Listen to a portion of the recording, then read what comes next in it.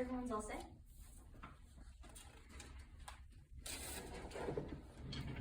I love running. I love track. I love cross country. These are one of the favorite sports I've ever competed in.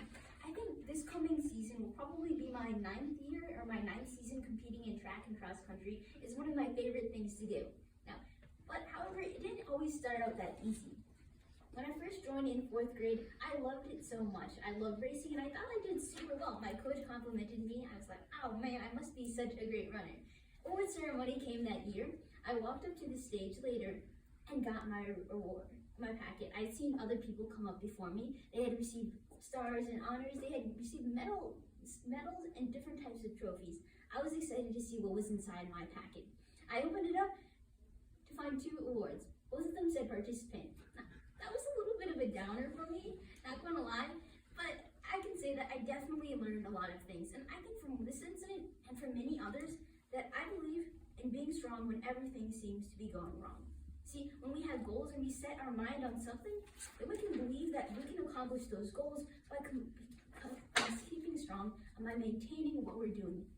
And however, there's a little bit of a caveat into that. If we're doing something wrong, we should probably improve it so we don't keep on doing wrong.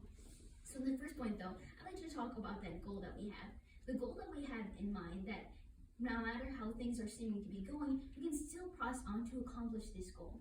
Now, some of the goals that I had in cross country was running. Now, recently, I believe like last December, for instance, I had the opportunity to run a half marathon. Now, half marathon for anyone is a lot of running. Well, for some people, I guess it might be easy, but for me, it was a lot. It was a lot of running, and it was a lot of training and preparing. There's this sometimes I just thought I can't maintain this pace, I can't keep going, I gotta stop. But one thing that my coaches always tell me, always a good reminder, is keep on looking forward. Look on towards your goal that you have in mind. See, when you look to the side, when you turn, that's where you're going to turn. See, where your eyes are focused on, where your mind is focused on, that's where your mind will be. When you focus on the pain, of course, you'll feel pain. Of course, you'll feel like stopping. But otherwise, if you focus on that goal, you can use the pain, you can use what feels wrong, and use it to motivate you to do what's right. And I think the best example of this is that we have Jesus. Jesus, surrounded by the pain amidst him, looked onto that goal that he had. In the Garden of Eden, he said, Father, if you can take this cup away from me, please do it. But God said, still made him go to the cross, and Jesus, looking to the glory that he had, gave us salvation for all those who believe. Now, the next part of the speech, I'd also like to talk about the issue of if you're doing it wrong, probably don't keep doing it wrong. Albert Einstein said the very definition of insanity is keeping on repeating what has been doing and failing before. Funny example about this, a few days ago, right before the tournament, we thought it would be a great idea to get a couch. We thought that maybe it was like the night before the tournament, we were like, it's going to be a little bit crazy. Some of the kids are complaining. I'm so busy. My mom's like, it's okay, it won't take that long. It took 3 hours. We had to move the couch upstairs through our narrow hallways, and it was like all these different types of angles. We had to keep shifting it, and our wall suffered dents. We had to move half the furniture in our house, and we were like joking, when we're moving, we're going to have to saw this thing in half and throw it out the window. There's no way we're getting this out of the house again. So, really funny incident, but it really taught us you probably have to restart from the beginning. If you keep jamming it in there, you're going to end up breaking the wall, breaking the couch too. You probably need to try a different angle, and after lots of different attempts, we're able to decipher a way to angle it and scooch it into the house. But one important thing also is that it does take a bit of preparation. Know the risks that you have. Know the risks that you have coming into it.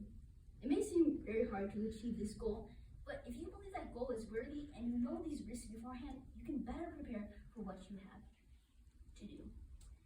I think, again, we can look at the incidents of running and we can combine this with what the author of Hebrews says in Hebrews 12, 1-2.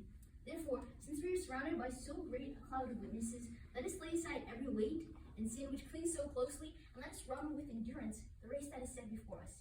Looking to Jesus, the founder and perfecter of our faith, who for the joy that was set before him endured the cross, despising the shame, is seated at the right hand of the throne of God. Consider him who from sinners endured such hostility against himself, so that you may not grow weary or faint-hearted.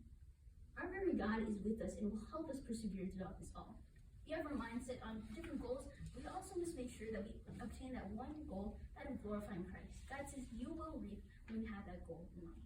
Now, for those things, we do see that despite these troubles, I do believe in being strong when everything else seems to be wrong. Thank you.